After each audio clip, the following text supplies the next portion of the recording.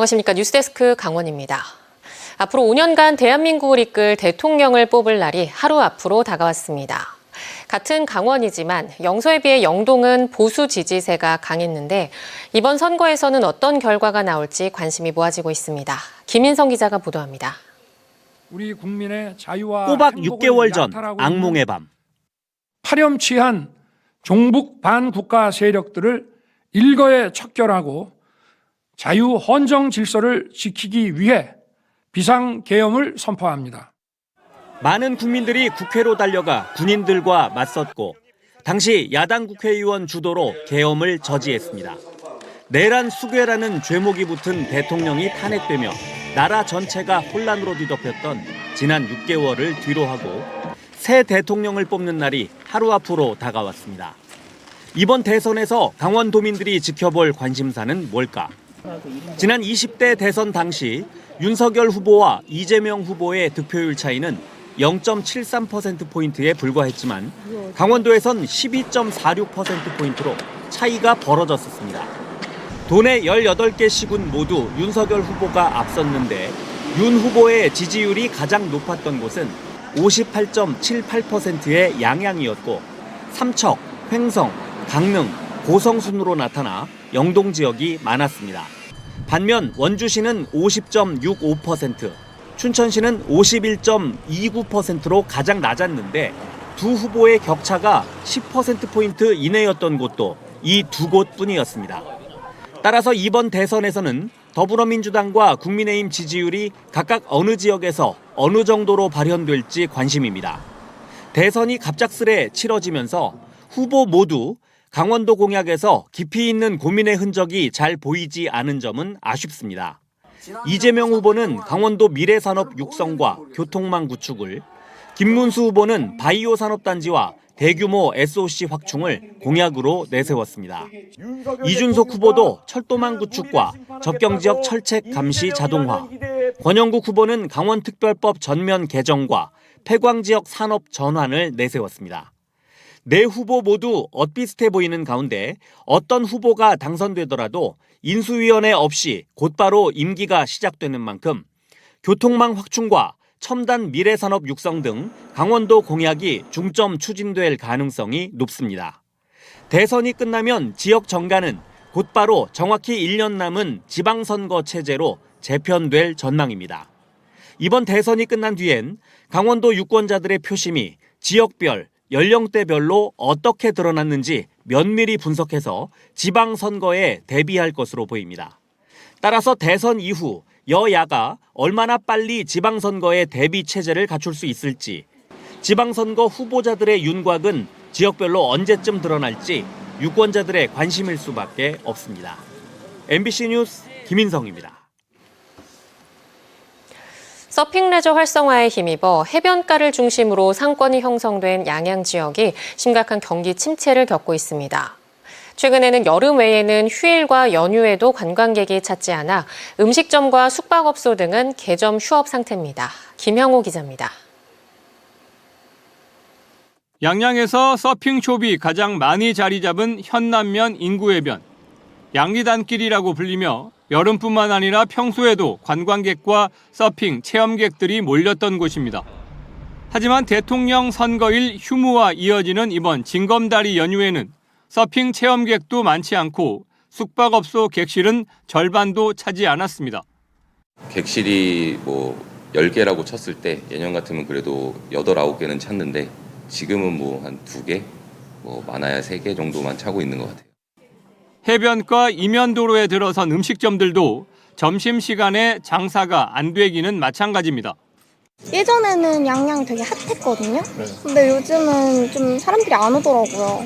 가족 단위로 원래 많이 왔었는데 이제는 그렇지도 않고 완전 여름 돼야지만 오던데. 한때 사시사철 핫플레이스였던 양양 서핑 해변이 여름 한철 관광지로 전락하고 있습니다. 지난해만 봐도 여름 한 달 동안 양양 지역에 체류한 생활 인구는 80만여 명으로 주민 등록 인구 대비 전국에서 가장 높은 비중을 차지했습니다. 서핑의 명소로 알려져 여름에는 피서객이 몰리면서 생활 인구 증가로 이어졌던 겁니다. 하지만 여름을 제외하면 연휴 기간에도 관광객이 좀처럼 찾지 않고 있습니다. 여름뿐만 아니라 평소 주말과 휴일에 집중적으로 문을 여는 소상공인들의 영업 부진이 심각합니다. 서핑 해변을 중심으로 들어선 서핑 업체와 숙박업소, 음식점 등은 건물 신축이나 임대로 들어오다 보니 경제적 어려움에 폐업까지 고려하고 있습니다. 서핑을 테마로 갑자기 개발된 양양의 다른 해변 지역도 상황이 다르지 않습니다. 서핑 문화가 다른 지자체로 확산되면서 양양만의 차별점이 약해지고 최근 들어 악의적인 성 관련 이미지가 부각된 것도 원인으로 지목됩니다. 전반적으로 확실히 서핑을 체험하고자 하시는 분들이 좀 줄었다고 생각하고 있습니다. 지역의 그런 이미지가 가장 타격을 입은 게 큰 문제인 것 같고요. 국가 경제가 좀 어려워져서 그 개인들이 이런 여가 활동을 하는 거에 대한 부담을 느끼고 있기 때문일 거라고도.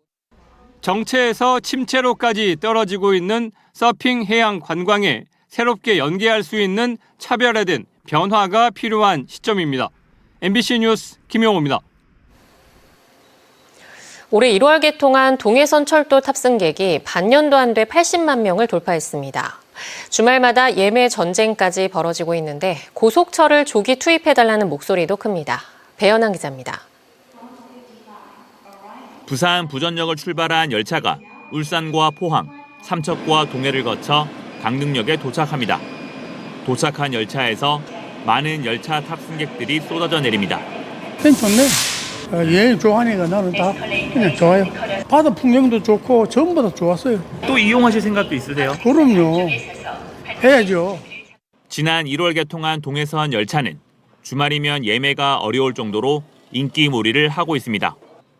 코레일에 따르면 동해선 열차의 누적 이용객은 지난 5월 21일 기준 80만 명을 돌파했습니다. 동해 바다 풍경을 보며 탈 수 있고 강원도와 경상도를 잇는다는 장점 때문에 탑승객들이 몰리고 있는 것으로 보입니다. 이처럼 동해선 철도 이용객이 꾸준히 늘어나면서 고속열차를 조기에 투입해야 한다는 목소리가 높아지고 있는 상황입니다. 현재 동해선 강릉에서 부전까지 투입된 열차는 ITX 마음으로 열차 탑승 시간이 5시간으로 지나치게 길고 몰리는 이용객들을 고려하면 고속철 투입이 필요하다는 겁니다. 일주일이 아니라 한 달씩 막 기다리고 표를 구할 수가 없다고 그래요. 고객들이 너무 많으니까 철도가 제 감당을 못하는 모양인데 KTX를 빨리 좀 조기에 투입을 해야 되겠습니다. 이런 얘기를 저희들이 이제 건의를 하고 있는데. 한편 국토교통부는 현재 동해선에 운행 중인 ITX 마음의 운영 성과 등을 분석해 KTX 이음을 투입할 것으로 알려졌는데 만일 KTX가 도입돼 단선 구간 등을 고려하면 강릉에서 부산까지 1시간가량 운행 시간이 줄어들 것으로 예상되고 있습니다. MBC 뉴스 배연한입니다. 119 신고자에게 출동한 차량의 위치와 응급 대처 요령을 실시간으로 안내해주는 서비스가 강원도에서도 이달부터 시작됐습니다. 별도 애플리케이션 설치 없이도 신고 즉시 문자 메시지로 받아볼 수 있는데요. 긴박한 상황에서 어떤 도움이 되는지 김준겸 기자가 자세히 전해드립니다. 강원도 소방본부 상황실로 119 신고가 걸려옵니다. 인제의 한 중학교에서 과호흡 환자가 발생했다는 신고입니다. 소방대원이 신고자의 휴대전화를 확인하라고 안내합니다. 신고자분 문자 메시지 확인해 주시겠어요? 지금 출동하는 차량 위치와 응급조치 요령 안내해 드리겠습니다. 즉시 구급차 위치를 신고자의 휴대전화로 전송합니다. 강원도 소방본부가 이달부터 운영을 시작한 119 출동 알림 서비스입니다. 신고자가 신고를 하면 이렇게 119에서 보낸 문자 메시지가 즉시 발송되는데요. 이 링크를 누르기만 하면 출동 차량의 위치와 응급처치 요령을 안내받을 수 있습니다. 이 서비스는 별도의 앱 설치 없이도 이용할 수 있는 것이 가장 큰 장점입니다. 또 화재나 구조, 구급 등 상황에 따라 필요한 응급대처 요령까지 자세히 담겨 있습니다. 특히 강원도의 경우 면적이 넓어 골든타임 확보가 쉽지 않은데 그만큼 신고자의 초기 대응에 도움이 될 수 있는 겁니다. 실제로 강원 지역 구급차 한 대당 담당 면적은 123제곱킬로미터로 서울의 37배나 됩니다. 신고자에게 출동 차량의 위치 정보를 제공함으로써 출동 차량이 도착할 때까지 느끼는 초조함과 불안감 해소에 도움이 될 것으로 기대하고 있습니다. 강원도 소방본부는 고령자나 다문화 가정과 같이 정보 접근이 어려운 신고자를 위해 홍보를 강화하겠다고 밝혔습니다. MBC 뉴스 김준겸입니다. 리박스쿨 논란과 관련해 강원도 교육청이 교육부의 전수조사 지침을 받는 대로 현황을 철저히 점검해 후속 조치하겠다고 밝혔습니다. 특히 현재 일선학교에 배치된 늘봄학교 강사들이 교육청이 아닌 학교 단위에서 선발된 만큼 실태 파악을 위해 전수조사가 필요하다고 설명했습니다. 이승만 박정희 스쿨이라는 뜻의 리박스쿨은 대선 댓글 공작 참여자들에게 창의체험지도사 자격증을 발급하고 이들을 늘봄학교 강사로 활동시키려 했다는 의혹을 받고 있습니다. 사전투표소에서 투표 용지를 찢어 훼손한 유권자가 선관위에 의해 고발 조치됐습니다. 강원도 선거관리위원회는 지난 30일 강릉시 유천동에 마련된 경포동 사전투표소에서 자신이 지지하지 않는 후보자의 잘못 기표한 뒤 해당 표를 무효표로 만들고자 투표용지를 찢어 훼손한 유권자를 공직선거법 위반 혐의로 강릉경찰서에 고발했다고 밝혔습니다. 현행 공직선거법상 투표지를 훼손하면 1년 이상 10년 이하의 징역 또는 500만 원 이상 3천만 원 이하 벌금에 처해집니다.